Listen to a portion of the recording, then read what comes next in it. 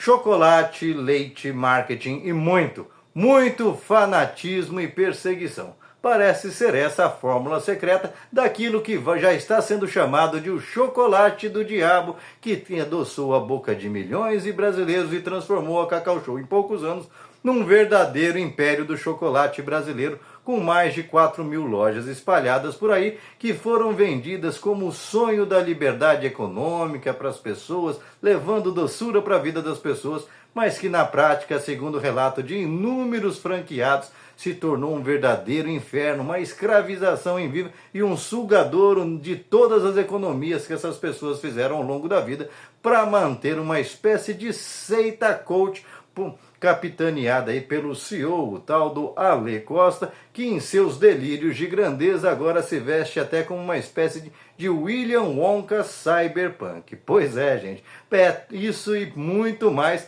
que as matérias investigativas do jornal Metrópolis vêm trazendo sobre o submundo do chocolate dessa empresa que ganhou o coração de muitos brasileiros, mas que a gente vai descobrindo que existe um gosto muito amargo por trás daquele chocolate.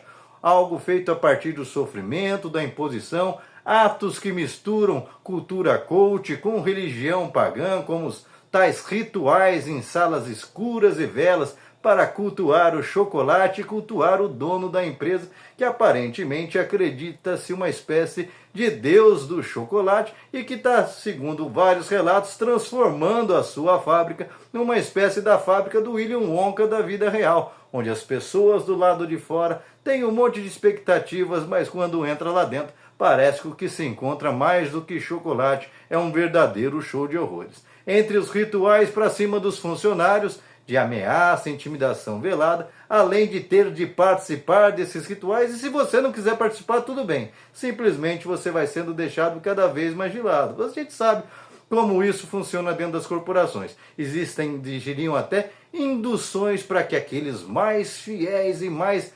obcecados com as teorias que garantem a fortuna do sujeito, que quer tanto aparecer que está gastando 2 bilhões de reais para construir um parque temático para contar a sua biografia. Pois é, quer mais megalomania que isso? O sujeito vai gastar 2 bilhões que foram construídos, segundo informações, a partir do sofrimento de muita gente. Afinal, como toda fortuna nesse mundo capitalista, não é construída pela genialidade, como é vendido nas propagandas. Aliás, até bem pouco tempo, o tal do Ale era vendido nos comerciais, nos programas de TV, como um gênio do chocolate, o cara que descobriu o segredo da doçura do mundo e que estava ali só para espalhar felicidade.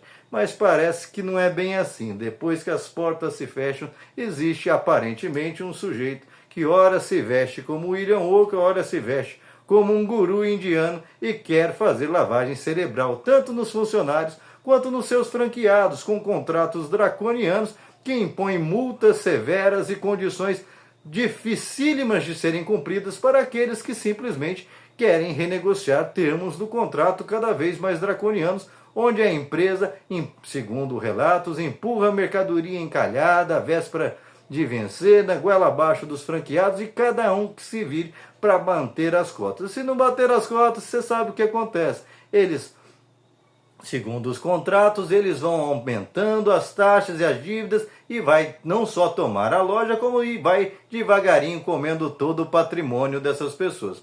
Inclusive há relatos de gente que chegou a perder 3 milhões de franqueados que chegaram a perder 3 milhões de reais nessa brincadeira. Pois é, o sonho da liberdade econômica se tornou um grande pesadelo nas mãos aí do mago do chocolate. E aí resta saber se as autoridades vão fiscalizar esse tipo de processo que aparentemente consegue ser pior ainda do que projetos de trabalho análogo à escravidão, porque usam os sonhos das pessoas para fazer com que até franqueados se tornem espécie de escravos e faz inclusive com que funcionários sejam colocados em condições que expõem a sua dignidade, como fazer rituais para todo mundo fazer uma tatuagem igual a do dono da Cacau Show. E quem não quiser não faz, mas você já sabe o que acontece. Ou seja, é como se nesse ritual de passagem para testar a fidelidade dos funcionários, o cara tivesse que ser marcado igual gado. Pois é, você passa a ser propriedade.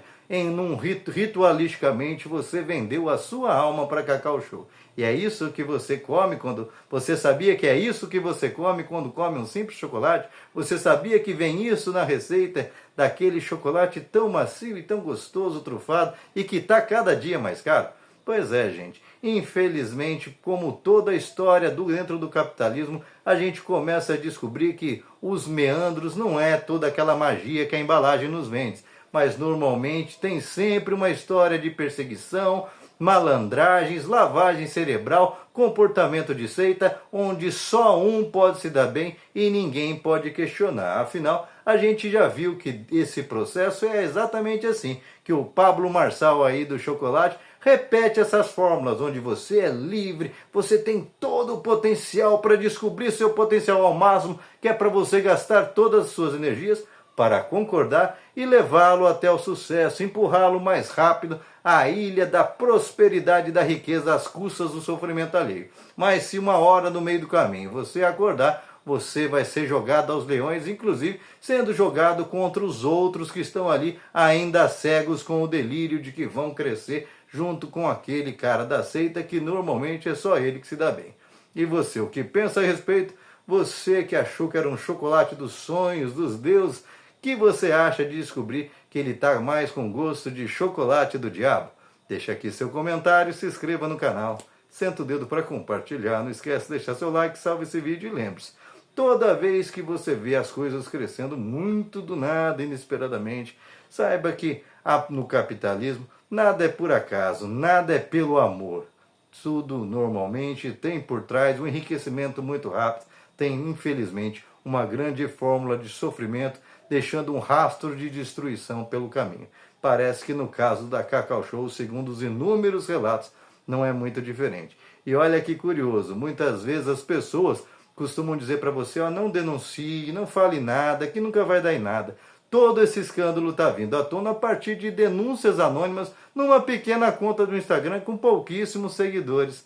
Pois é, né, gente? Falam que é só os influencers que conseguem trazer a verdade, que se você trouxer à tona o que está acontecendo, ninguém vai dar bola, e parece que não é bem assim. Acredite, por isso eu digo, acredite na verdade e não se importe se você tem 1 ou 2 likes, se você é seguido por 5 pessoas, por ninguém ou por milhões. Se você carrega a verdade, é isso que importa. Porque a gente está vendo aí esses influenciadores, como a tal da Virgínia Fonseca, que estão aí nas redes sociais, sempre para influenciar você da maneira mais negativa possível, para vender o que é ruim como bom e o que é bom como ruim, justamente para fazer a sua cabeça, para você não pensar, enquanto enchem seus bolsos, facilitando com que a desgraça se dissemine por toda a terra.